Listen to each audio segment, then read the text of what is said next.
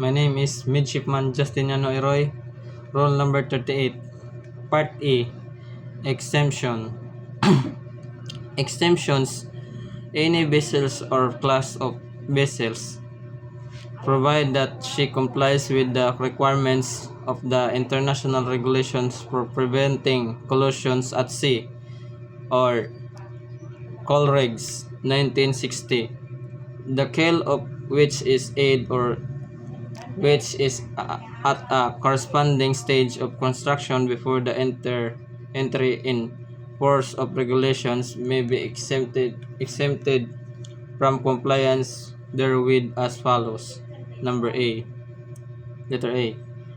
The installations of light with range prescribed in rule number 22 until 4 years after the date of intro force on these regulations. Letter B.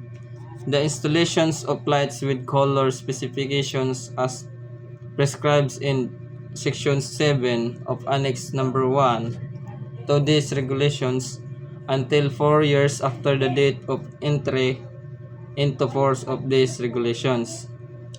Letter C.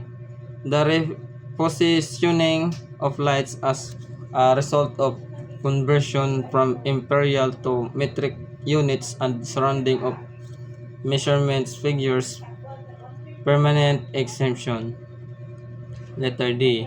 1. The repositioning of masthead light of vessels at less than 150 meters in length resulting from the prescription of Section 3, Letter A of Annex Number 1 to these regulations, permanent exception. 2. The repositioning of masthead lights of vessels of 150 meters or more in length resulting from the prescription of Section 3A of Annex Number 1 to these rules, regulations, until 9 years after the date of entry into force of these regulations. Letter A.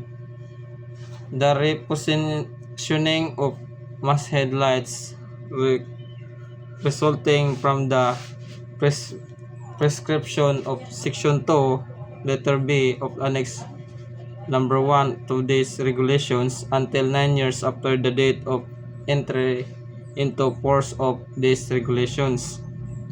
Letter F.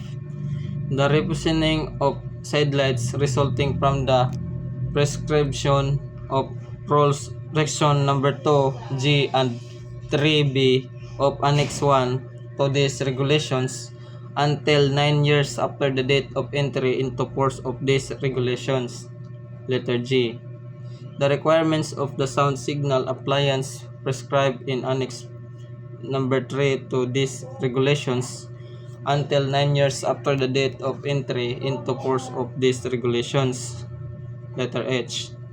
The repositioning of all round lights resulting from the prescription of Section 9, Letter B of Annex 1 to these regulations, permanent exception.